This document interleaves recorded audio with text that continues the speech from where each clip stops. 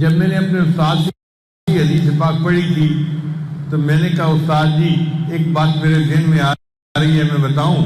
کہنے لگے کیا؟ میں نے کہا آپ نے سنا ہے نا کہ بلی کو خواب چھچڑوں کے آتے ہیں، کہیں نو کہیں دی تے بلی نو دہیں دی، یہ ایسا بندہ ہوتا ہے نا ویسی سوچ آتی ہے۔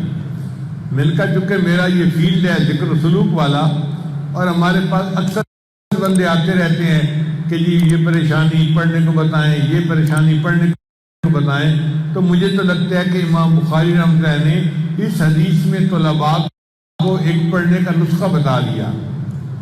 کہنے لگے وہ کیا؟ میں نے کہا اس لیے کہ یہ حدیث کا آخری درس سنیں گے، تعلیم مکمل ہو گئی، اب یہ اپنے گھروں میں جائیں گے۔ جو نوجوان بچے ہوں گے، کوئی ملازمت کرے گا، کوئی کاروبار کرے گا، تو ان کو پریکٹیکل زندگی سے واسطہ پڑے گا۔ اب کئی مرتبہ انسان اپنے حالات کی مچھلی کے پیٹ میں پھنس جاتا ہے، قرضے میں پھنس گیا، نکلنے کا راستہ نہیں نکلتا، تو پھر یہ کہیں گے کہ جی اب ہم کیا کریں، ہمیں کوئی بتائے ہم اس مچھلی کے پیٹ سے کیسے نکل سکتے ہیں۔ تو امام بخاری رحمۃ اللہ نے بتلا دیا کہ تم تسبیح پڑھو گے، اس کی برکت سے اللہ تمہیں اس مچھلی کے پیٹ سے نکال دیں گے۔ لڑکی ہے، اس نے ختم بخاری کا سر سنا، اب وہ گھر جائے گی، جب گھر جائے گی تو ماں باپ اس کا رشتہ ڈھونڈیں گے اور پھر اس کا نکاح کر دیں گے۔ اب بعض بچیاں ہوتی ہیں جن کے رشتے نہیں آتے، وہ حالات کی مچھلی کے پیٹ میں پھنس جاتی ہیں، کریں تو کیا کریں؟ رشتہ آئے گا تو ماں باپ فرض ادا کریں گے، اب جب رشتہ نہیں آ رہا تو کیا کریں؟ تو پریشان ہوتی ہیں کہ ہم ان حالات میں سے کیسے نکلیں۔ تو امام بخاری رحمۃ اللہ نے فرمایا کہ تم تسبیح زیادہ پڑھو، اللہ تمہیں حالات کی مچھلی سے نکال دیں گے۔ واقعہ یہ ہے کہ پیغمبر علیہ السلام تھے یونس علیہ السلام، ان کو مچھلی نے اپنے پیٹ میں لے لیا تھا، زندہ نگل لیا تھا۔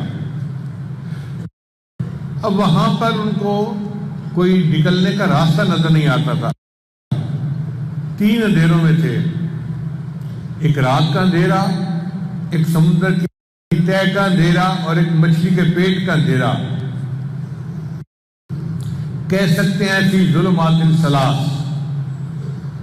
اب وہ ان 3 اندھیروں میں تھے تو سمجھ نہیں آتی تھی کہ میں یہاں سے کیسے نکل سکتا ہوں، تو انہوں نے اللہ کی تسبیح بیان کر دی، پڑھا لا الہ الا انت سبحانک انی کنت من الظالمین، اللہ کی تسبیح بیان کی۔ قرآن مجید میں ہے کہ جب انہوں نے اللہ کی تسبیح بیان کی، اللہ نے مچھلی کو حکم دیا کہ ان کو جو ہے بحفاظت سمندر کے کنارے پر باہر نکال دو۔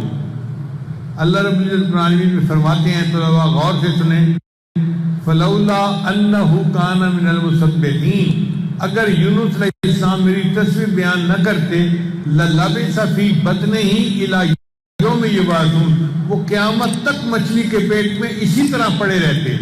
اب مصیبت اتنی بڑی تھی کہ قیامت تک انہوں نے مچھلی کے پیٹ میں رہنا تھا، مگر تسبیح نے ان کو مچھلی کے پیٹ سے نکال دیا اور اللہ نے ان کو آزادی عطا فرما دی۔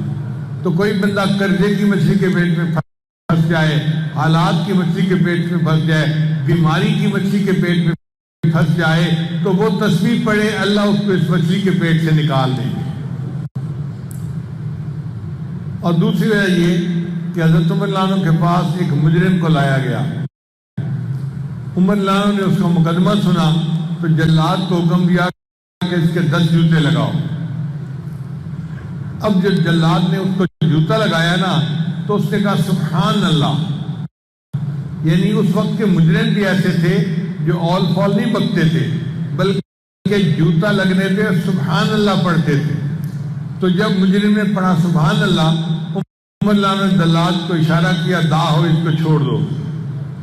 تو وہاں ایک مفتی قسم کے صحابی تھے، ان کا نام تھا حضرت ابی بن کعب رضی اللہ عنہ، وہ مسکرا پڑے۔ تو عمر رضی اللہ عنہ نے پوچھا میں یدھکو کا، حضرت آپ مسکرائے کیوں ہیں؟ انہوں نے کہا کہ قسم ہے اس ذات کی جس کے قبضے میں میری جان ہے، سبحان اللہ نے اس مجرم کی سزا میں کمی کروا دی۔ 10 جوتے لگنے تھے، سبحان اللہ پڑھا، 1 جوتے پہ معافی مل گئی۔ تو اگر یہ سبحان اللہ کا ذکر دنیا کی سزا میں کمی کر سکتا ہے تو یقیناً ہم اگر اس کو پڑھیں گے تو ہمارے اوپر جو حالات آتے ہیں اللہ ان مصیبتوں کو بھی کم فرما دیں گے۔ تو امام بخاری رحمۃ اللہ نے طلباء کو یہ سبق دیا کہ تمہیں کسی عامل کے پاس جانے کی ضرورت نہیں ہے، تم حالات کی مچھلی کے پیٹ میں پھنس گئے ہو، سبحان اللہ کی کثرت کرو، اللہ نکال دیں گے اور پھر اچھے حالات تمہارے اوپر لے آئیں گے۔ اور ایک نقطہ اور بھی ہے کہ سبحان اللہ و بحمدہ سبحان اللہ العظیم یہ ذکر ہے۔ تو امام بخاری رحمۃ اللہ نے اپنی کتاب کے آخر کو ذکر کے اوپر ختم کیا۔ مقصد ان کا کہنے کا یہ تھا کہ عزیز طلباء، تم زندگی میں اللہ کا ذکر کثرت کے ساتھ کرو گے تو پھر تمہیں موت بھی اللہ کے ذکر پر آئے گی، اور جس بندے کو اللہ کے ذکر پر موت آئے گی وہ سیدھا جنت میں جائے گا۔ تو ہمیں چاہیے کہ ہم اللہ کا ذکر کثرت کے ساتھ کریں۔ اللہ تعالیٰ پوری زندگی ہمیں ذکر کے ساتھ گزارنے کی توفیق عطا فرمائے، اور جب آخری وقت آئے تو اللہ ذکر کے ساتھ اس دنیا سے جانے کی توفیق عطا فرمائے، ہم کلمہ پڑھتے ہوئے ایمان کی حفاظت کے ساتھ دنیا سے چلے جائیں۔